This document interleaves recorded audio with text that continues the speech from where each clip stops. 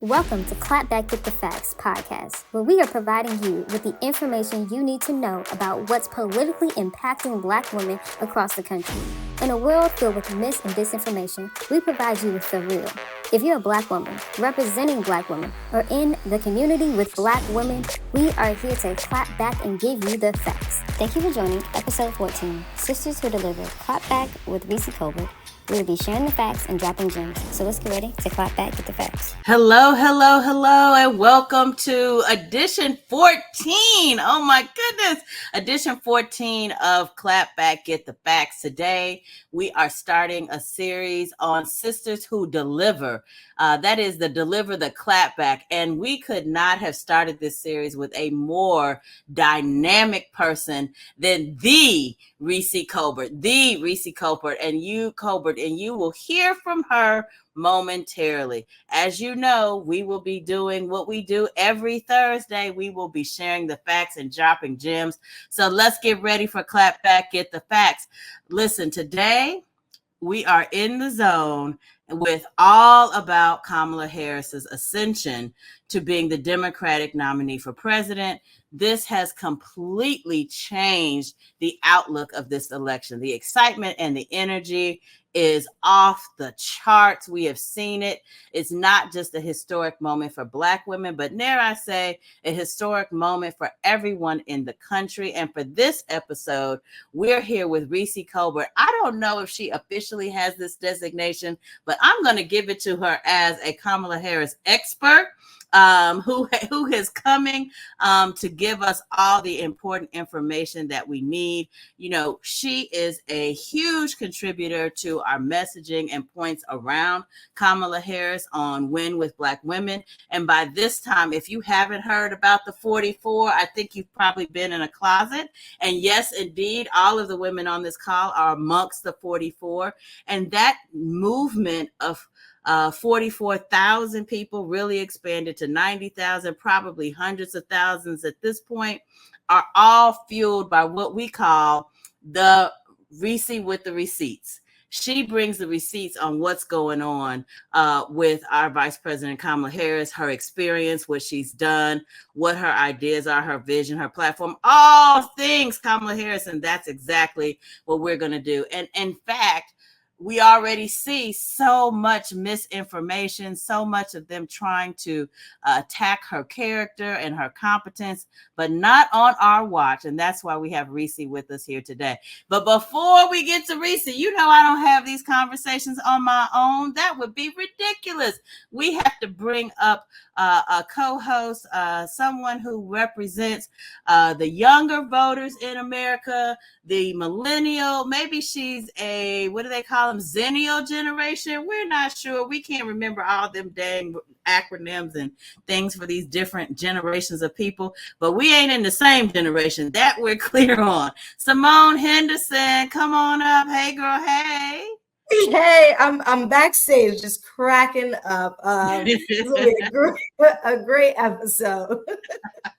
We are ready for, well, listen, we have to bring that energy because we already know that Reecie's going to give it to us. Let's stop talking about her and bring her on up. Reecie, welcome. Thank you, Holly. Thank you, Simone. I'm so happy to give you all the clap back. This is my kind of party. I'm telling you that. Okay. Yes, exactly. And you know, what we do here is we want people to get the kind of information and get it in a way that they know it, they know that they know that they know.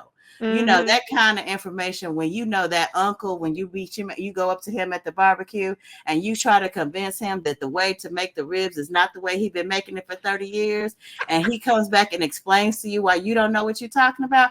We need folks to have that kind of knowledge about Kamala Harris. Right. That kind of knowledge where they are impenetrable. They are totally inoculated from any of this foolishness. That's where we're going to go today. Well, let's get right in it. So first of all, before we get into her, we've been living in kind of a moment here. Right. It's haven't we? Boy, so talk about what witnessing and being a part of being in this moment has been for you. How has that been for you? Most exhilarating. Okay. I mean, reinvigorating, exhilarating.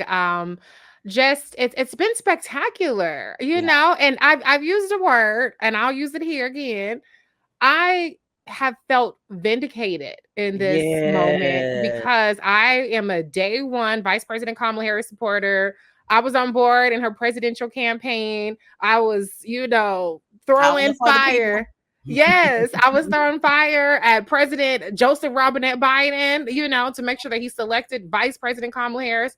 And I was part of the inaugural One with Black Woman call where we convened 4 years ago. I know a lot of people just found out about it this time in recent weeks, but we were all on the call 4 years ago.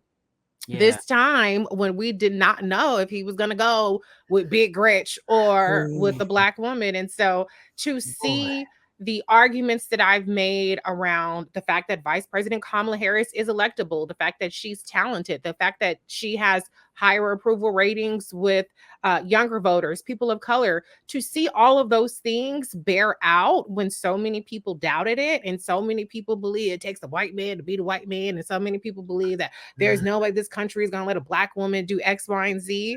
To see us living in this moment and thriving and just feeling rejuvenated is such a vindicating experience that so many people, I believe, can relate to right now. Exactly. I mean, you hate to be like, I told you so, but you're a little bit like, I told you so. Just a little bit, just read between the lines. I have to know, being that you have been a day one supporter, a ride or die, an original Kamala Harris for the people, what was it about her, even before she became vice president? What was it about her and what she brought to the table that made you say, this is the person who I think can best represent me in the White House? Well, it's a little twofold. So she's always been on my radar. I was in California. I voted for her to be Attorney General. She was the second Black woman to be elected to the U.S. Senate. And so obviously with Trump being elected and the Women's March movement and all of those things, she was a person that I had been paying attention to because of her policies and the way that she spoke about issues in an intersectional way. But what really drove me beyond just a casual observer and, casual supporter of her, or even just rooting for everybody Black type of supporter, was I saw the way that disinformation, and that's what you all combat every week on this podcast. I saw the way that disinformation and misinformation was being targeted and weaponized against her specifically. And so when I saw that there seemed to be an organized effort to try to thwart her candidacy, to spread lies about her record, that really made me go back to 2004, actually go back to when she was running for the San Francisco district attorney's office, and really look in depth at her record, because trust and believe, all the stuff they're saying now is a repeat. I've heard all this stuff since 2019. And so what really, really made me dig in was not just her biography, not just the fact that she was this historic figure, but it was actually doing the research to get to the root of what people were saying about her, because they called her everything but a child of God in that 2019 campaign. And none of it was true. And so, what's really animated not just my support for her, but for my work in media, period, going from people like to remind people I was doing videos in my car to now having a radio show, the Reecie Colbert Show on Sirius XM, was the notion that people care about the facts. People have an appetite for the truth. Even though they're fed lies, there's still a good segment of the population that wants to know what's truth and what's fiction. And so really trying to dig to try to parse that out made me stand even more 10 toes down for Vice President Kamala Harris. Yeah, absolutely.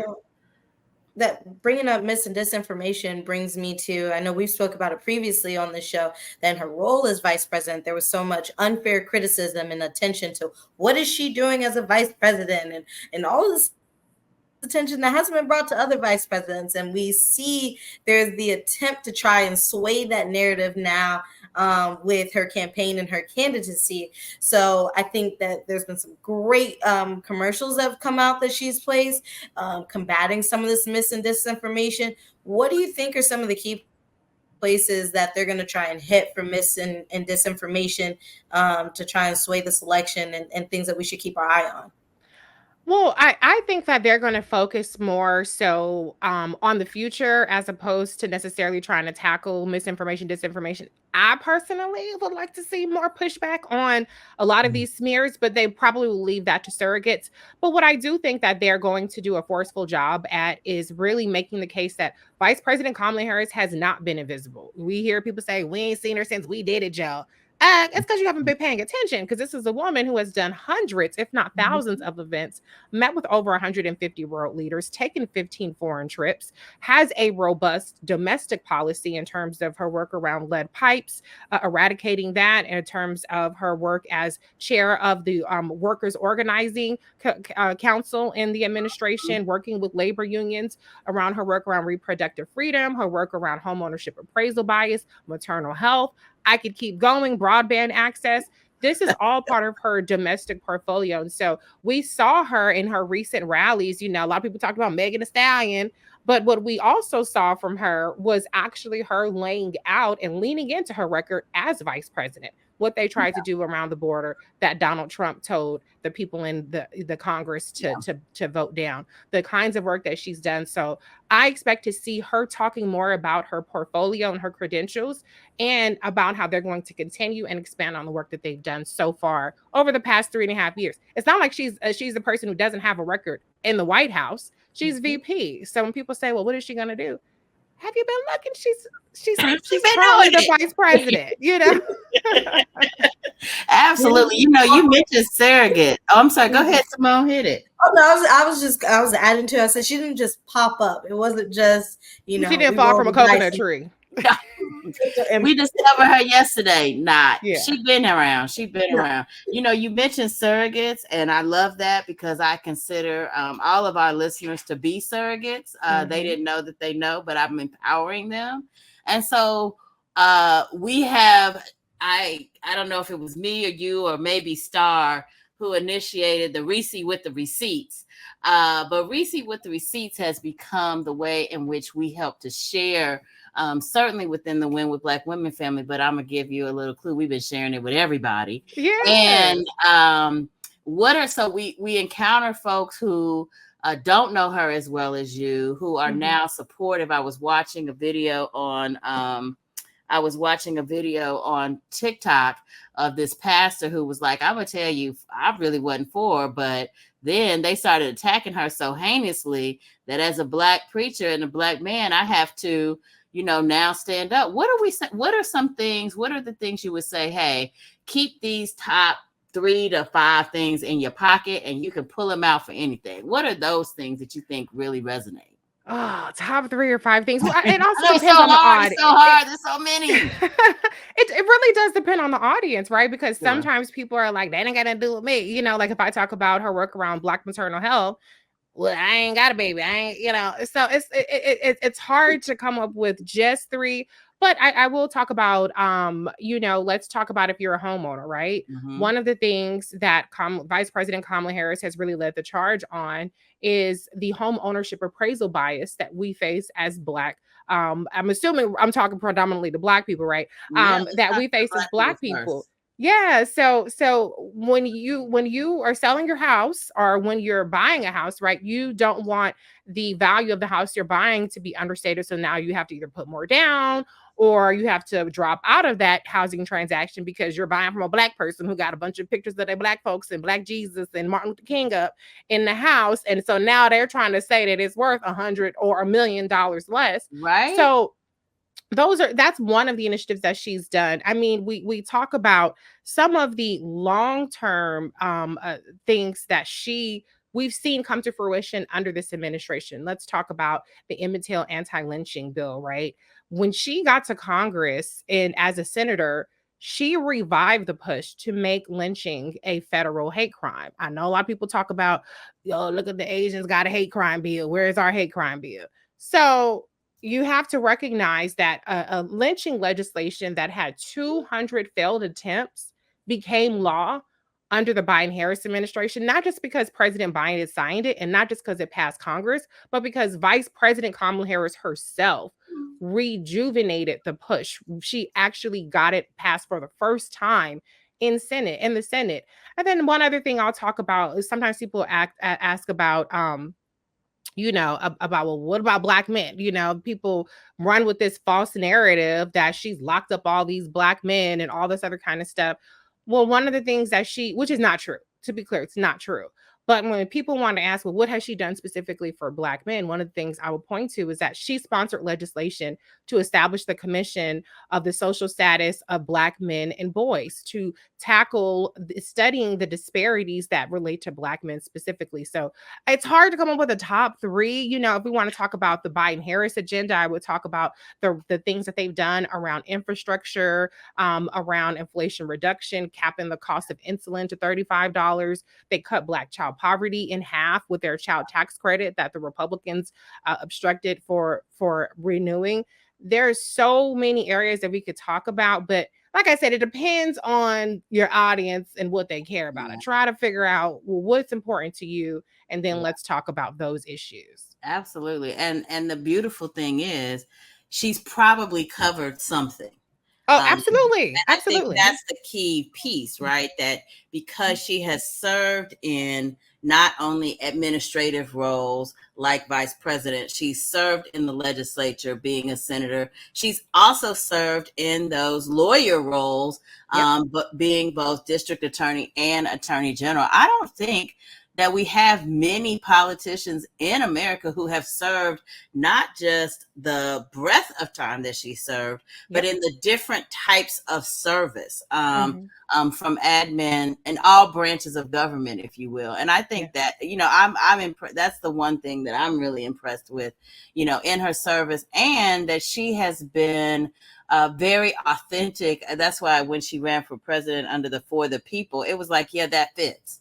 Yeah, definitely. Absolutely. Because the things that she deals with are things that the people are thinking about and dealing with in their own lives. So I just love it. Oh, I'm sorry. Go ahead, Simone. Yeah, I want to add another word because I said this years ago. One of the words that kept coming up in my research about not just her record, but in her proposals was the word innovative. She's very much underrated for how innovative her solutions have been. It's very easy now in 2024. We're looking, when we've had the racial reckoning that's had a backlash, but the racial reckoning of the George Floyd killing and Breonna Taylor and the Black Lives Matter movement. It's very easy now to look at all these prosecutors that are progressive and forget where we started and where she was at now 20 years ago. And so when we talk about her work around Back on Track, which was called Back on Crack or Hug a Thug by the white prosecutors to try to tackle recidivism. And for those that don't know, recidivism means people who go back to jail after committing a crime after getting released. Try to tackle recidivism and helping people re-enter who've been facing 20 years for 2 grams of crack, and making sure that they get job training and parenting classes, dental work, things that improve the quality of their life, their dignity, and allow them to reintegrate into society. That was innovative. If we look at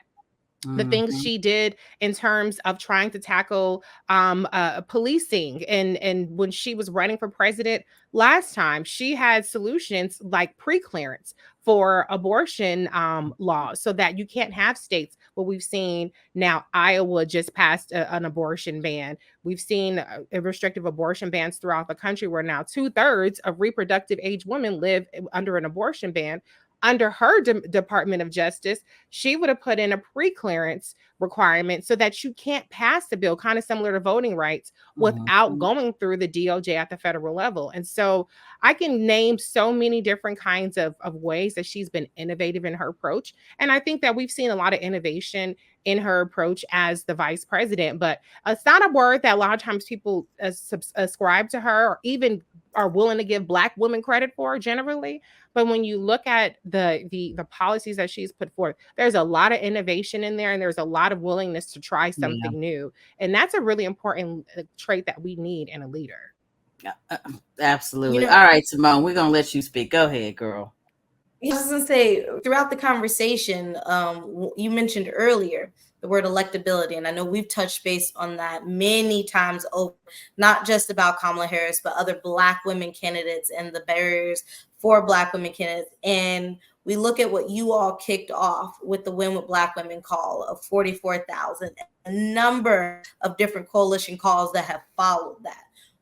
We talked about this moment means it's rejuvenating, it's energizing. What does this mean in the next stretch when they talk about Black women's electability to the highest office or to other high offices around the country, of the coalition that she's able to build and mobilize, and the energy that's behind it, not only for her going into November, but the possibility for other Black women candidates? I hope that it builds on that body of work that we've proven time and time again how Black women are electable. Look at Karen Bass, mayor of Los Angeles, the first Black woman mayor of Los Angeles, who went up against a white guy. People believe that every white man is just unbeatable. Who overspent her by $100 million. Guess what? She won. We had Angela Alstabrooks, county executive of Prince George's County, who went up against another white guy. They said, we're going to take a white guy to be the white guy. I don't know if we can take a chance on the sister. And he outspent her by $60 million. And she mollywopped him. Okay. It wasn't even close. That's right. So what I would like to see is that we can get to the position where we don't have to prove the argument of our electability every single time from jump, where we don't have to even prove it to those of us within our own community that just a couple weeks ago, we're saying a Black woman can't win. It was a lot of Black people saying that, let's be clear, or they're not even going to let her be the nominee. We want to get to a point where we don't have to fight just getting our foot in the door. And then when we get there, invest in us. If you invest in us, then we can win. If we're not trying to run a race with our arm tied behind our back, one leg shackled, we can actually make some work happen. And so don't put the barriers in front of us that you don't put in front of other people. So I think that I'm a data girl. I'm an evidence girl. Yeah. The receipts are the receipts, right? And so next time if somebody wants to have this conversation, it's going to be, like you said, Holly, all of these surrogates are going to say, because look at what just happened with VP. Look at what just happened with all these other people. Absolutely. We got to stop fighting these battles from scratch every time. Well, we're not going to end this podcast without giving you a chance to do something that you talked about in the beginning, and that is look ahead.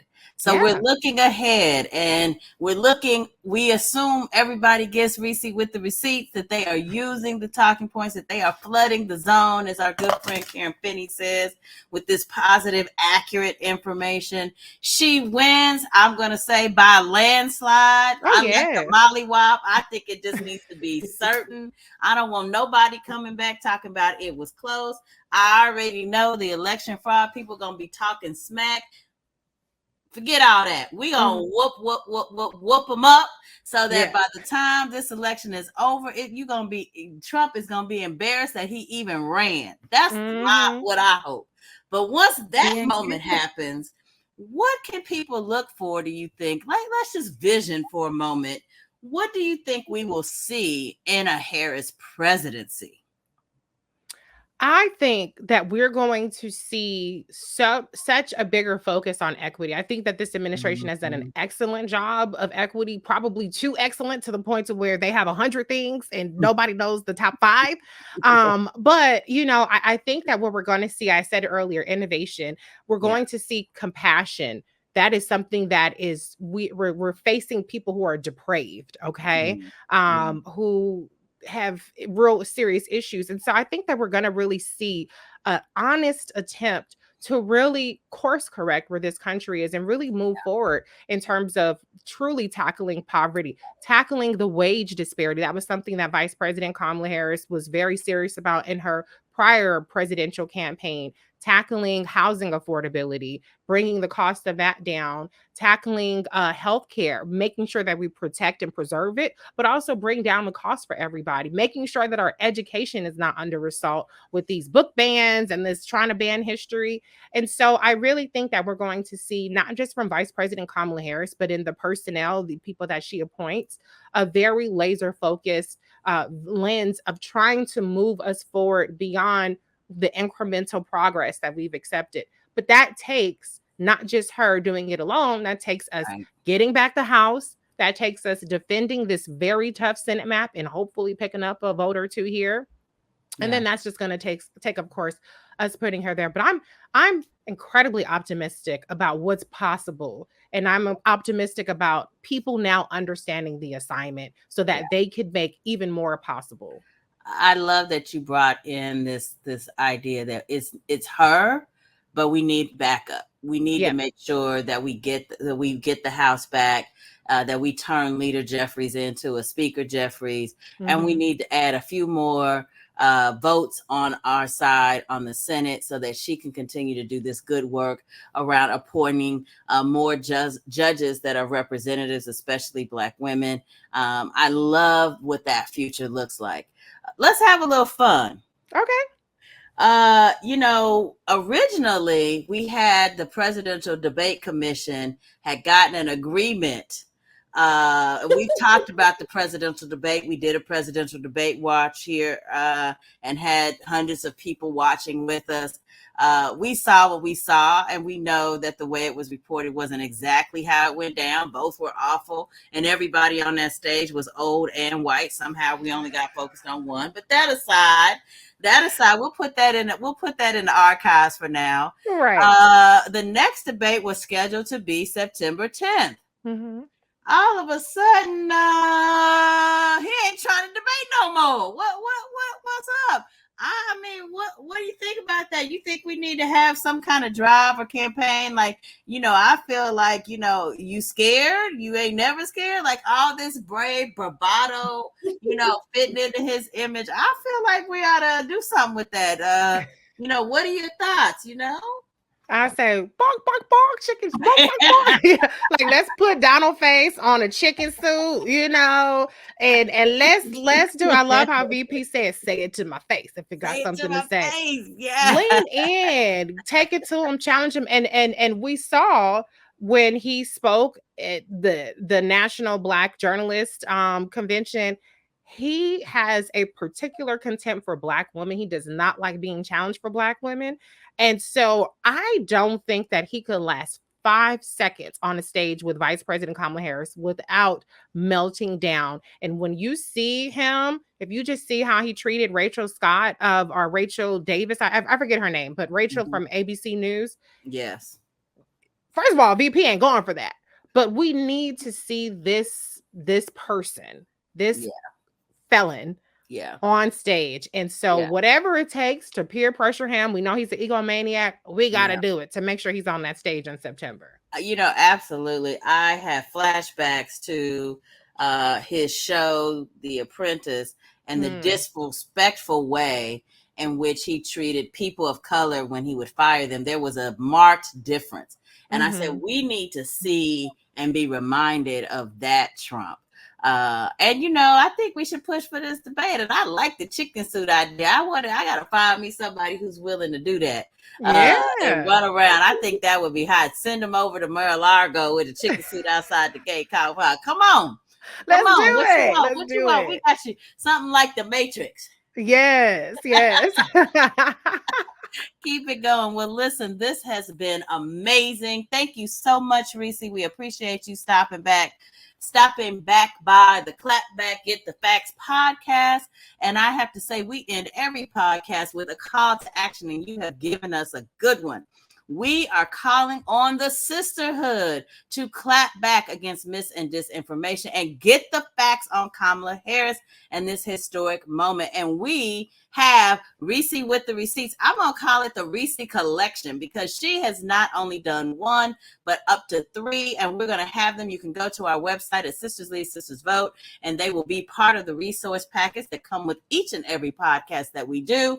She gives you not only what about her background and experience. She talks about the policy work. She's broken it down by big top policy issues. I mean, Reecie, you already have seen for yourself how brilliant she is. These are the things that you can use to be part of the Clapback. We want you to get those. We want you to share them. We want you to talk to your friends and family. We want you to be ready when ever anything bad comes out of anybody's mouth about our sister Kamala Harris, that you are ready to go. This also means, and I want to suggest to you that you spread the word, go to and be a part of combating mis and disinformation by proactively putting stuff out. It doesn't have to always be about the clapback. Sometimes it can be about just making sure people get the facts. And also, now that you've had a chance to meet Reecie Colbert, if you hadn't encountered her before, you be sure to tune in to the Reecie Colbert Show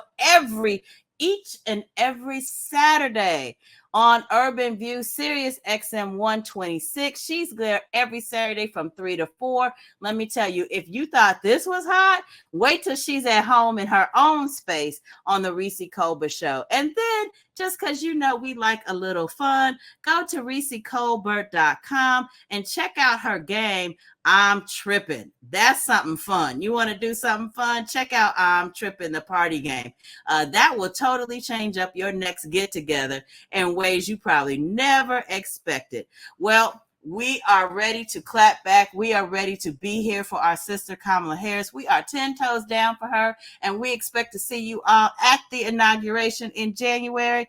Until then, check us out next Thursday. We will be right back here with Clapback, Get the Facts. We hope that you are leaving this podcast more informed and ready to provide others with the facts. Share your takeaways, like and subscribe to our YouTube channel, and we'll see you next week. Thank you for joining us here on Clapback Get the Facts podcast. We hope that you're leaving feeling more informed and ready to provide others with the facts. We would love to hear your biggest takeaways from this episode, so post the show on your Instagram story and tag us at Sisters Lead. Also, if you haven't already, don't forget to subscribe so you'll never miss an episode. And while you're at it, please leave a review so others can get some sense of the facts that we're providing. Finally, if you would like to learn more about local resources and other projects we're working on, go to sistersleadsistersvote.org.